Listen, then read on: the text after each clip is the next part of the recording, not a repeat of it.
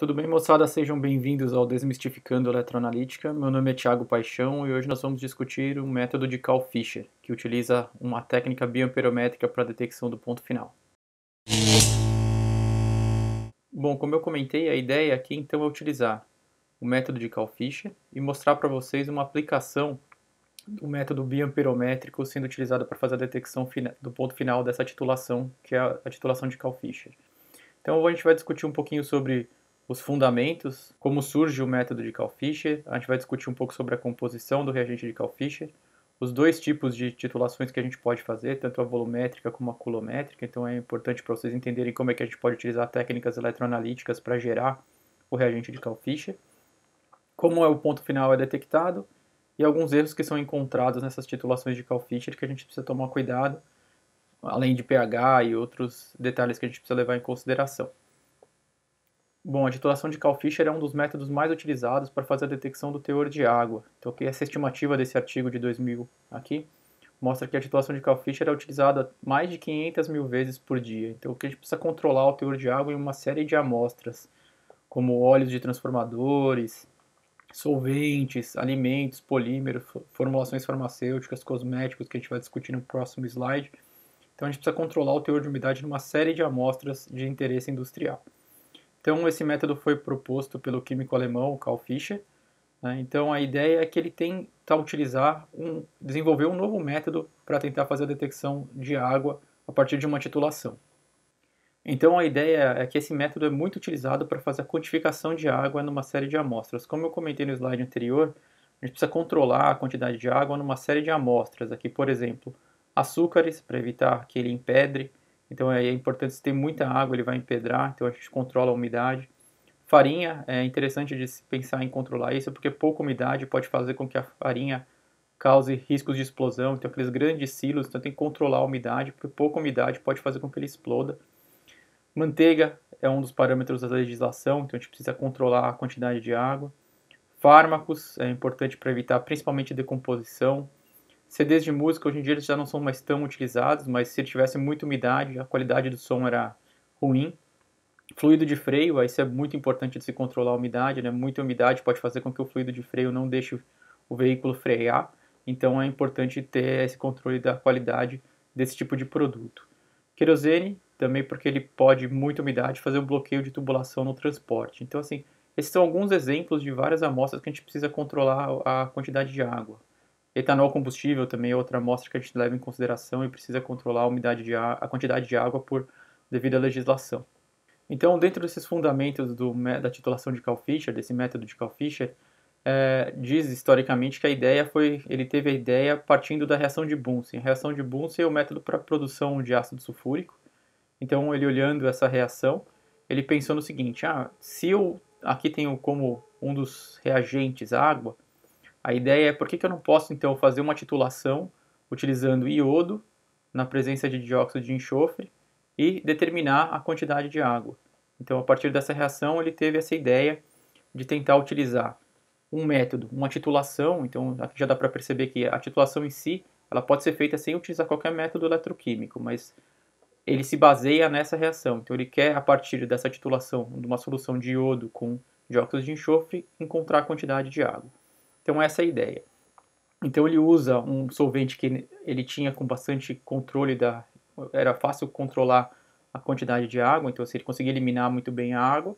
Então, ele usa, num primeiro momento, o etanol como solvente, a piridina como uma base, que ele estava utilizando aqui, então, como outro solvente, e o SO2, que é o dióxido de enxofre, que a gente já vai tentar começar a fazer a discussão do quais são esses reagentes que estão nesse reagente de Carl-Fisher.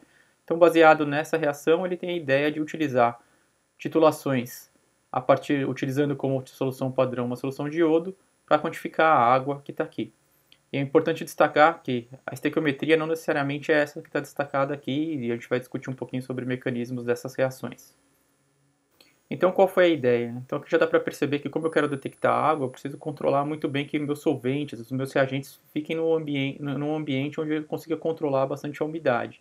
Então, aqui, se ele está sempre em ambientes fechados, então aqui tem uma ilustração que mostra o aparato, né, a bureta que ele estava utilizando. Então, a solução, o reagente de Carl-Fisher ficava dentro desse reservatório, ele era bombeado para dentro da bureta, e sempre com secantes para evitar que a umidade externa entre. Então, essa é uma titulação que a gente faz com um rigor bastante grande para evitar que a umidade do ambiente entre dentro dessas células, entre dentro desses Lehmeyer, desse lugar onde está acontecendo essa titulação.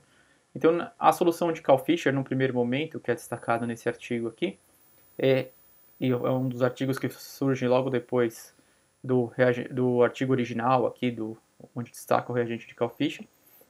A ideia é que ele utiliza, então, iodo, como na reação de Bunsen, piridina, que era um solvente que ele estava utilizando, o metanol e o dióxido de enxofre. Então, ele estava colocando o dióxido de enxofre no meio que tinha uma certa solubilidade para o dióxido de enxofre, um outro solvente que ele tinha com capacidade de ser anidro, e o iodo para fazer essa titulação.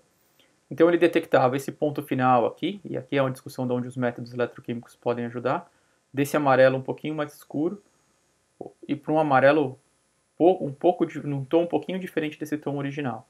Então aqui é muito difícil detectar o ponto final, e aqui é onde as técnicas eletroquímicas podem ajudar bastante. Então nessa primeira proposta, feita pelo Karl-Fischer, a ideia é que uma molécula de iodo reagia com duas moléculas de água na presença do dióxido de enxofre, a base que tem aqui, e no meio de metanol. Então, e essa primeira proposta que ele faz tem uma estequiometria errada que a gente já vai discutir um pouquinho sobre essas reações. Então a ideia é que ele utilizava o iodo para titular a água em um ambiente bastante bem controlado para evitar que ele tivesse a umidade do ambiente. Então, esses outros artigos aqui que eu destaquei para vocês, a ideia é que eles começam a fazer uma discussão sobre mecanismos. Então, eles tentam elucidar um pouco do mecanismo dessa reação de Karl-Fischer que é dado aqui. Então, um dos mecanismos que é colocado, e até é importante destacar, aqui mostra que o metanol, no caso, etanol também é um outro solvente que é mais utilizado hoje em dia, mas só que para destacar a reação mesmo proposta por Karl-Fischer. Então, uma molécula de iodo reagia com o dióxido de enxofre, que reagia com a base, na presença de água, formando esses compostos que estão aqui, e esse composto intermediário, na presença do metanol, formava esse novo composto que está aqui. Então, o metanol não atuava só como um solvente nessa elucidação do mecanismo, mas ele também participava da reação. O que levava nessa discussão, principalmente essa discussão aqui, que quando não tinha metanol, a água participava do mecanismo.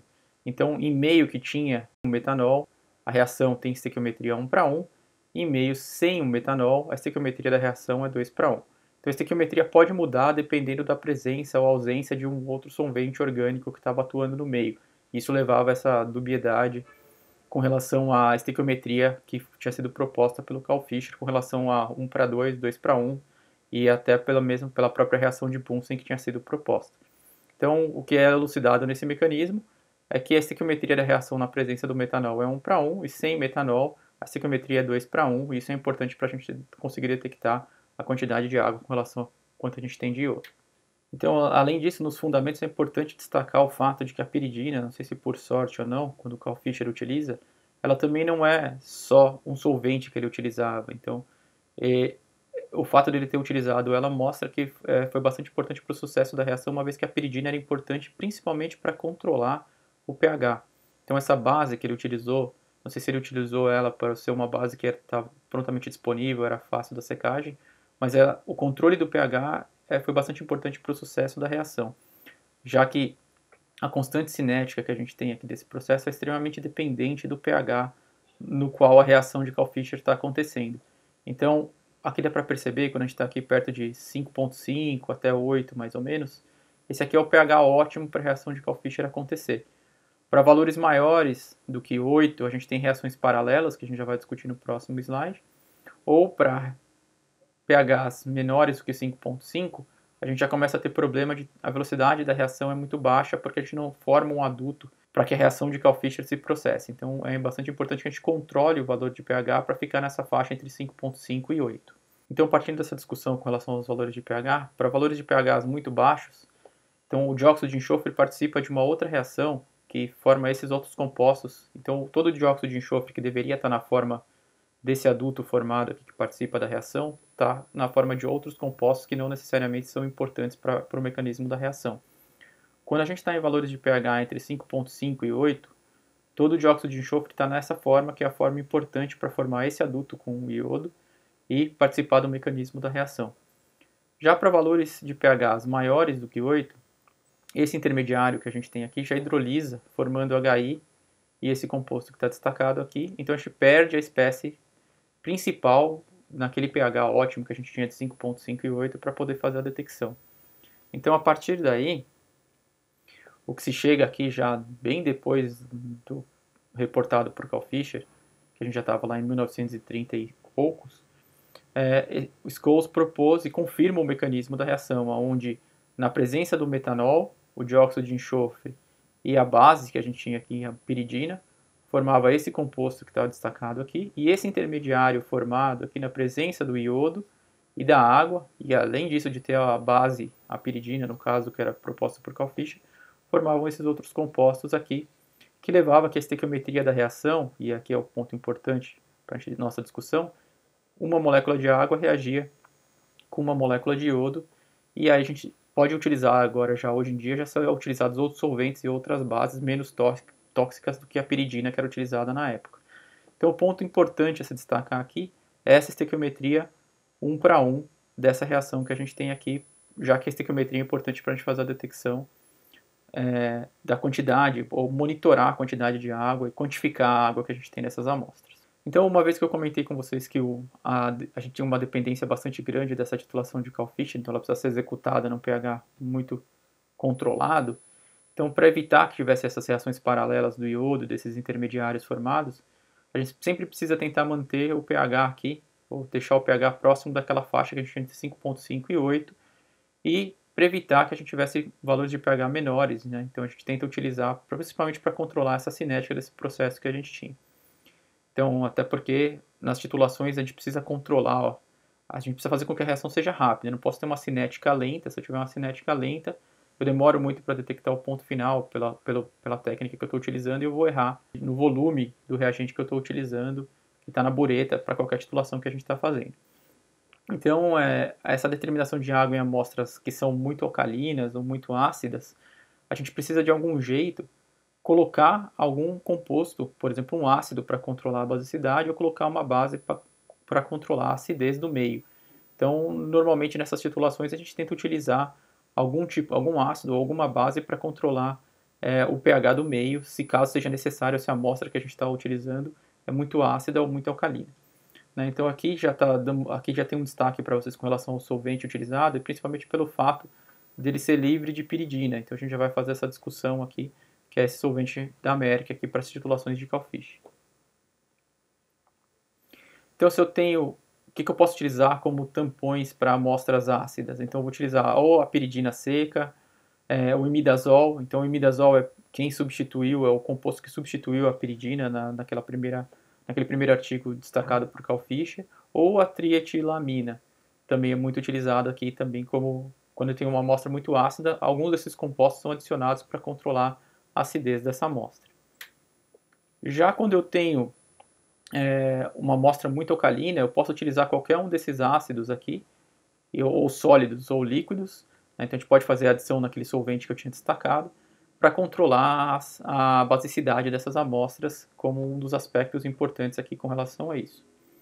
Então o ponto importante é mostrar que eu preciso me certificar de qual é o pH daquela amostra antes de começar a fazer a medida, ou utilizando um pHmetro, só lembrando aqui, então a gente tem uma medida potenciométrica.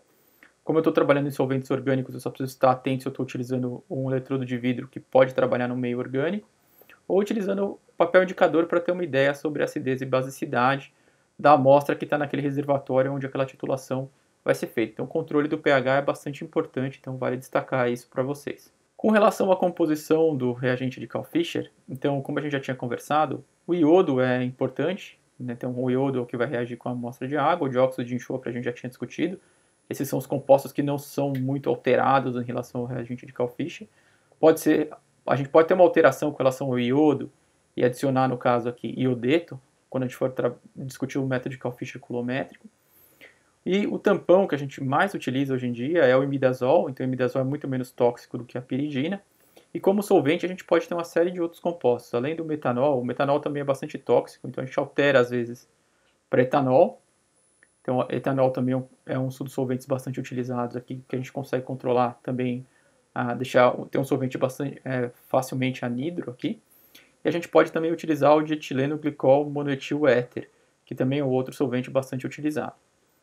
Além disso, os comerciantes de reagentes de Cal-Fischer sempre fornecem, a gente pode ter reagentes de Cal-Fischer em diferentes concentrações, isso depende da quantidade, quanto que um certo volume do reagente de Cal-Fischer consegue titular uma certa quantidade de água. Então, 1 ml do reagente de Cal-Fischer equivale a 5 miligramas de água naquela amostra. Isso é a concentração que vem reportada no rótulo aqui dos reagentes de Cal-Fischer para mostrar isso. Então, miligramas de água neutralizadas por reagente de Cal-Fischer utilizado, que a gente tem que padronizar esse reagente, como a gente já vai discutir aqui. Então, para poder utilizar essa técnica de Cal-Fischer, já que a gente já tinha conversado aqui, ele é uma titulação. E a gente pode fazer essa titulação do mesmo jeito que a gente faz qualquer titulação volumétrica. Então, eu adiciono, tem uma solução de iodo, e naquelas condições do dióxido de enxofre, da base e do solvente, metanol, etanol, por exemplo, e adiciono numa amostra de água que está num ambiente bem fechado para evitar que eu tenha umidade do ar. E aí eu faço essa titulação dessa maneira. Então a gente utiliza normalmente essas titulações que a gente tem aqui como titulações volumétricas para determinar a quantidade de água da ordem de miligramas de água. Então ela é essa faixa de aplicação de 0,1% até 100% de água numa determinada amostra. Então a gente faz uma titulação convencional. O outro ponto é que eu posso utilizar uma titulação que a gente tem aqui como uma titulação coulométrica. E nesse momento, o meu reagente de Cal-Fischer, em vez de ter iodo na sua formulação, ele tem iodeto. Então, o que acontece nesse sistema que a gente tem aqui? Naquela célula eletroquímica, a gente vai montar uma célula eletroquímica onde vai estar acontecendo a titulação de Cal-Fischer. O que vai acontecer é que, da mesma maneira que a gente tem da técnica coulométrica, então, para quem não lembra da técnica coulométrica, tenta dar uma olhadinha no card da parte de coulometria e eletrogravimetria. O que a gente tem aqui é que a gente monta um sistema onde a gente tem lá um eletrodo, onde a gente vai gerar o iodo a partir da corrente aplicada no sistema. Então a gente tem um eletrodo de dimensão grande aqui, onde nesse eletrodo, o iodeto, que não agora vai vir da bureta, então minha bureta vai ser essa célula eletroquímica, o iodeto que está aqui em solução, nesse sistema, vai, a partir dessa corrente aplicada no sistema, gerar iodo mais 2 elétrons. Aqui. Então, a partir dessa oxidação, eu gero iodo, e aqui eu vou ter um outro eletrodo, onde a reação de redução vai estar acontecendo, então, a reação com H+, indo para hidrogênio. Então, eu aplico uma corrente aqui, a partir da corrente que passou no sistema e a partir da técnica que eu estou utilizando para fazer a detecção do ponto final, a gente descobre tempo. Então, tempo, a gente consegue saber a carga, que vai ser corrente vezes tempo, e a carga vai ser a medida que eu vou usar, a medida absoluta que eu vou utilizar para descobrir quanto de iodo eu gerei. Sabendo quanto de iodo eu tenho, eu sei a quantidade de água na amostra que eu já tinha feito a calibração do sistema, ou já sei quanto que eu tenho ali no sistema. Então, se eu sei quanto eu tenho de iodo, e se eu testei já o sistema, não necessariamente eu preciso testar, porque a gente sabe, então a gente sabe que a estequiometria é 1 para 1, então, sabendo a quantidade de iodo gerado, eu sei a quantidade de água no sistema. Então, aqui eu utilizo uma célula eletroquímica e não mais uma bureta para adicionar da maneira volumétrica que a gente fazia aqui. Então, a ideia é que a partir da carga a gente descobre a quantidade de iodo, a partir da estequiometria da reação 1 para 1, a gente descobre quanto tem de água naquela amostra que a gente colocou. Isso é bastante interessante, principalmente pelo fato da gente conseguir controlar melhor esse reagente Cal-Fischer. Eu preciso ter uma instrumentação que facilita bastante a automação desse tipo de titulação. Pela volumétrica também é possível, uma vez que eu posso utilizar também buretas de pistão para fazer isso. Então aqui tem uma vantagem principalmente pelo fato de eu não mudar muito o volume da amostra, como a gente já discutiu naquelas vantagens das técnicas coulométricas. Então aqui eu utilizo principalmente quando eu quero determinar quantidades pequenas de água, tá? Nesse método de Cal-Fischer, utilizando a técnica coulométrica para gerar o iodo. Então, dentro da titulação de Cal-Fischer, o que a gente tem aqui é que eu preciso determinar quanto do volume do reagente de Cal-Fischer eu preciso utilizar, principalmente quando eu estou discutindo aqui volumétrico. Então, eu preciso padronizar o meu reagente de Cal-Fischer. Então, ao se padronizar o reagente de Cal-Fischer, a gente pode utilizar diferentes estratégias e abordagens. O ponto é que assim, eu não confio no que o fabricante está me dando, eu preciso padronizar aquele reagente, até pelo tempo ele pode ficar se decompor, então eu preciso saber qual é o real valor de água que equivale a um determinado volume do reagente de Cal-Fischer que está sendo utilizado. Então, para se fazer isso, a gente pode partir de diferentes estratégias dentro do Cal-Fischer volumétrico. Tá? Então, a gente pode utilizar aqui um sólido, que é o tartarato. Então, a gente sabe muito bem definido o número de moléculas de hidratação do tartarato. Então, a gente sabe quanta de água ele tem.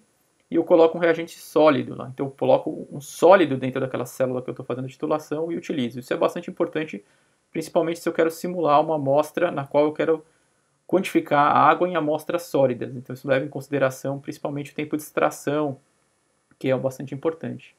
Eu utilizo água destilada, então se eu sei o volume de água destilada que eu coloquei dentro da célula, e a partir daí eu consigo calibrar o sistema, ou até mesmo utilizar padrões certificados aqui de água que a gente pode comprar de diferentes fabricantes. Então a ideia é que eu preciso, a partir de uma certa quantidade de água que eu coloquei dentro daquela célula da titulação, e eu consigo saber qual é o volume do reagente de Cal-Fischer que eu estou utilizando. Então essa é a parte importante com relação à padronização. Eu preciso padronizar o reagente de Cal-Fischer volumétrico. O coulométrico já é diferente, como a gente já comentou. Pelo fato da coulometria ser um método absoluto, eu calculo a carga. A partir da carga eu já consigo saber quanto tem de iodo, e quanto que eu tenho de iodo está relacionado com a quantidade de água do sistema.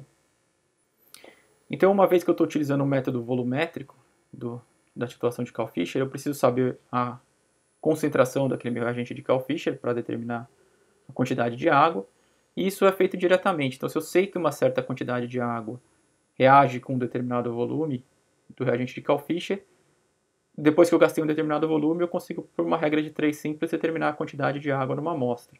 Ou, só reformulando isso aqui numa fórmula aqui, então o ponto final daquela titulação, que eu vou utilizar algum método de detecção para fazer isso, ele é dado pela quantidade do reagente de Cal-Fischer, a concentração daquele meu reagente de Cal-Fischer, quantos miligramas de água por volume de reagente, o valor 100 com relação, já que eu quero ter a porcentagem, e o peso da minha amostra, ou o volume da minha amostra, dependendo se ela for uma amostra sólida ou líquida, dependendo de como eu quero expressar esse resultado. O grande problema aqui está relacionado à detecção do ponto final. Então a gente tem esse aqui é um ponto final antes do ponto final, e aqui depois do ponto final da titulação. Então dá para perceber, como eu já comentei, a titulação de Cal-Fischer, e Cal-Fischer propôs isso olhando essas alterações. E é bastante difícil fazer a detecção desse ponto final. Então, se é difícil detectar esse amarelo para esse marrom que está sendo mudado aqui, fica às vezes bastante difícil. Então, amido também não pode ser utilizado como indicador para iodo em meios não aquosos. Então, eu não posso utilizar o amido como era utilizado em outras titulações onde a gente utiliza o iodo.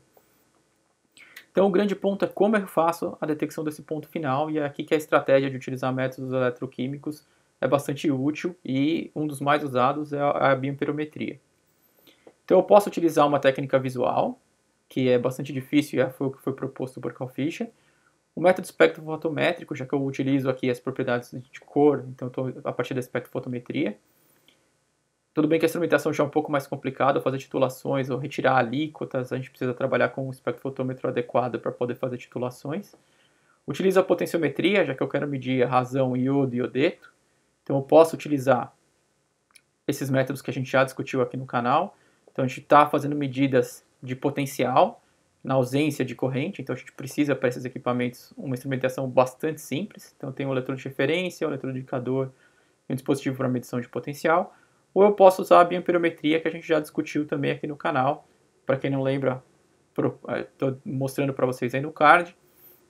A ideia é utilizar então a bioamperometria, que era aquela... A gente montava aquela célula eletroquímica, onde a gente aplicava aquela pequena diferença de potencial entre dois eletrodos idênticos. Então a gente tem lá 2 eletrodos de platina no sistema, e a corrente que flui na presença de um par redox reversível era o que a gente detectava.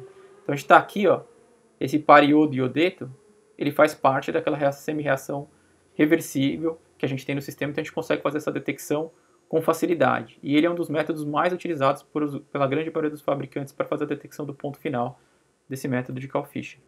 Então o ponto é, fazer a detecção visual da titulação de Cal-Fischer é algo que é muito complicado.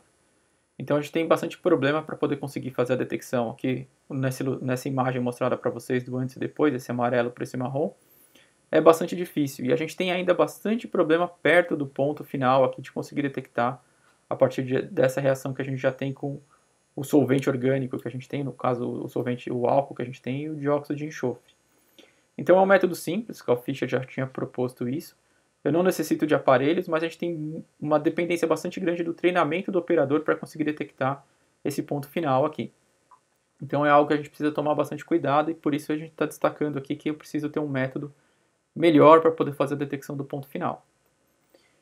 Então o procedimento mais interessante para a gente aqui é tentar utilizar a bioimperometria. Aqui na célula eletroquímica, como está mostrada para vocês, aqui eu tenho os dois eletrodos de platina em paralelo, um do lado do outro, onde a gente está aplicando aquela pequena diferença de potencial da ordem de uns 100 mV, como a gente já discutiu lá na bioimperometria, e estou fazendo a medida de corrente que passa entre esses eletrodos.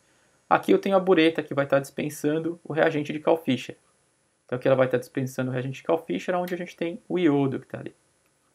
Então quando essa reação está se processando pelo aquele mecanismo que a gente já discutiu aqui, o iodo reage com água e não sobra iodo aqui em solução. Então se eu estou utilizando o método bioamperométrico, aqui a gente tem corrente nesse sistema. Então a gente tem aqui a corrente. Então até chegar no ponto final dessa titulação, aqui no ponto de equivalência dessa titulação, então, considerando aqui o ponto final, o que acontece é que não sobra, só sobra iodeto aqui em solução, que é o produto dessa reação que a gente está se processando aqui da titulação de Carl Fischer. Depois do ponto final, sobra o par iodo-iodeto. E quanto mais reagente a gente for colocando aqui do iodo, maior é a corrente que flui no sistema. Então o aparecimento dessa corrente faz com que o titulador de Carl Fischer automatizado pare a titulação e reporte para vocês qual foi o volume gasto aqui. Então se ele mostrou qual é o volume gasto do reagente de Carl Fischer, e se eu estou com o reagente padronizado, eu sei a quantidade de água que a gente tem nessa amostra reportada aqui. Aqui para ilustrar para vocês essa titulação de Carl Fischer se processando, então eu vou mostrar o vídeo dessa etapa. Então aqui a gente tem a bureta, né, que a gente tem no sistema. Nessa bureta que a gente tem aí no sistema, ela vai estar dispensando o reagente de Carl Fischer ao longo do tempo. Então vocês vão ver uma névoa marrom ali se formando, né, ali no reagente nessa titulação. Então a partir daí a bureta de pistão está dispensando o reagente. E à medida que a gente está utilizando a célula bioamperométrica, então ele fica tentando detectar se tem a presença de corrente. Quando começar a ter presença de corrente, ele diminui um pouco da adição do reagente de Carl Fischer e vai adicionando novamente. Então, à medida que ele for adicionando, ele vai observar uma passagem de corrente e ele para de adicionar o reagente de Carl Fischer. Então, essa é uma maneira bastante interessante de detectar então, esse ponto final. Quando o ponto final, aí agora está chegando perto do ponto final, ele vai jogando menos reagente, menos iodo ali, até chegar numa hora que passou uma determinada corrente no sistema e essa corrente se manteve, ele para de fazer a adição do reagente de Carl Fischer ao longo do tempo. Então aí ele detectou qual foi o volume, ele reporta para você no instrumento qual é o volume do reagente de Carl Fischer que ele utilizou e a gente consegue saber a quantidade de água que a gente tem no sistema. Então a titulação mudou daquele início que a gente tinha ali, daquele amarelo que a gente tinha no começo do experimento para esse marrom, que é bastante difícil de detectar. Vou tentar mostrar para vocês aqui voltando um pouquinho. Então a gente mudou desse amarelo para aquele marrom que a gente tinha ali no sistema. Outros pontos importantes com relação à discussão que a gente tem que fazer aqui desse procedimento é a base que a gente tem aqui. Então a gente pode trocar essa base para outras bases menos tóxicas, como o imidazol que eu já havia comentado, ou a dietanolamina, também que é outro composto utilizado bastante nos reagentes de Carl Fischer. Então essa base pode ser alterada com bastante facilidade. E com relação a uma discussão um pouco mais final, é bastante importante a gente destacar aqui outros tipos de problemas que a gente pode ter. Então, se uma amostra que a gente está utilizando para fazer uma titulação de Carl Fischer contém reagentes oxidantes aqui, como sais de cobre, ferro 3, esses sais de cobre ou esses outros compostos oxidantes, como superóxidos aqui no caso, eles reagem com iodeto e formam moléculas de água. Se formar água, a água não veio só da amostra, ela veio dessa reação paralela que está acontecendo. Então eu preciso saber se minha amostra tem ou não tem agentes oxidantes, porque pode aumentar a quantidade de água no sistema e isso vai dar um falso positivo para aquela detecção que a gente está fazendo. Outro problema que a gente pode ter reportado está relacionado então com agentes redutores ou com moléculas que reagem com a água. Então a gente precisa estar bastante atento se, por exemplo, a molécula que eu coloquei reage com o íon dessa base que a gente tem no sistema e forma água, a gente também vai ter problemas de resultado de falso positivo. Então é importante saber quais são as reações paralelas que podem acontecer no sistema para saber se eu posso ter um falso positivo ou um falso negativo com relação à detecção do ponto final. Então entender o que tem na amostra antes é bastante importante para fazer a detecção do ponto final de maneira exata. Bom, espero ter mostrado para vocês, então, nessa discussão breve sobre uma das titulações que utiliza bastante a bioamperometria para fazer a detecção do ponto final, que é a titulação de Cal-Fisher. Então, se vocês gostaram do vídeo, aí ajuda a gente com essa produção desses materiais aqui no canal e deixe perguntas, comentários aí para discussão aqui no YouTube. Um abração, tchau, tchau, pessoal.